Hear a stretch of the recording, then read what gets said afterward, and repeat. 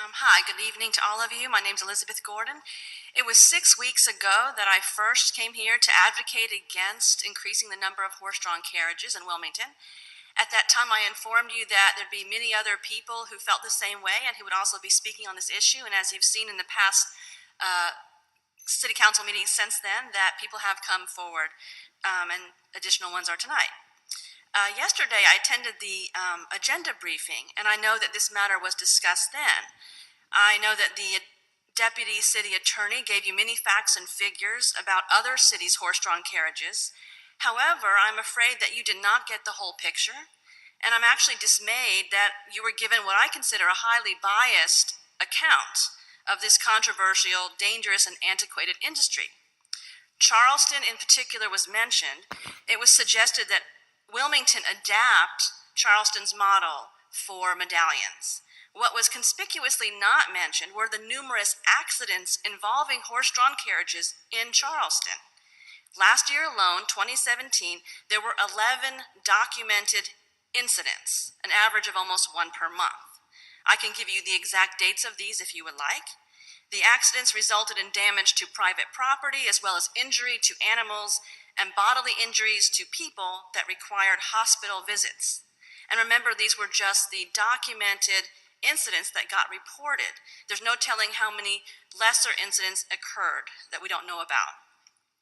Also, at yesterday's agenda briefing, interestingly enough, I heard of an innovative proposal to make Wilmington appeal to the millennial generation, which is, I think, a great idea.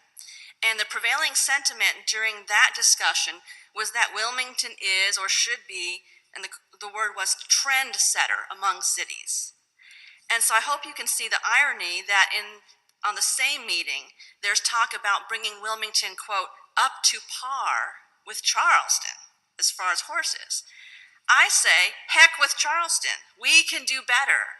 If millennials come to Wilmington, they will come here in spite of the horse carriages, not because of them. This industry draws fire all across the country. It deserves to. The trend is towards phasing them out, not expanding them. We in Wilmington have the ingenuity, the technology, and the vision to replace horse-drawn carriages with safer, cleaner, more tourist-friendly modes of transportation that don't involve the use of large animals who have bodies designed to travel on grass. I'd like to also point out one more contradiction that was not mentioned in yesterday's briefing, where it was discussed that stormwater drainage would need to be built or improved to deal with the waste from carriage horses.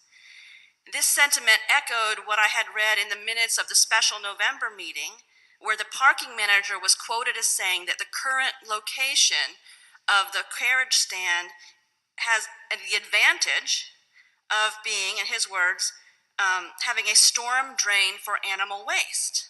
However, I'm holding in my hand an official City of Wilmington document called Highlights of City Stormwater Regulations, subheading Illicit Discharge, that says illicit discharge is described as anything that enters the storm drainage system which is not composed entirely, that's underlined, of rainwater.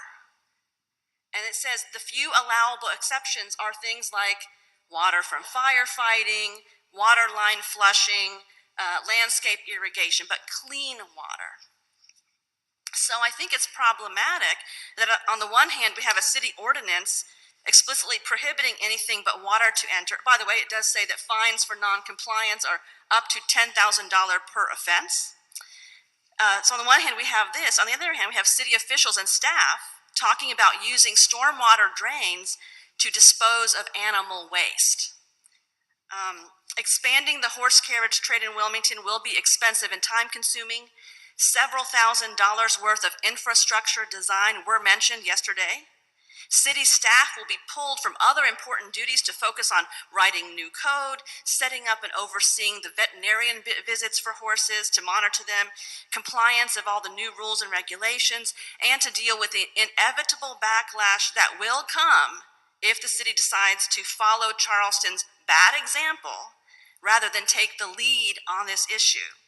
As I've stated before, we are super lucky that we have not had a serious incident. We should not press our luck. we can intelligently, sensitively phase out horse carriages as Asheville has done. And we can behave like the innovative trend-setting city we pride ourselves in being. In the past several weeks, I've heard several references to the Create Wilmington Comprehensive Plan, and in doing a search of the 468 pages of that plan, I found not one single mention of horse-drawn carriages. So my question is, if our own city plan doesn't mention these relics, why are we considering putting time, money, and resources toward getting them going?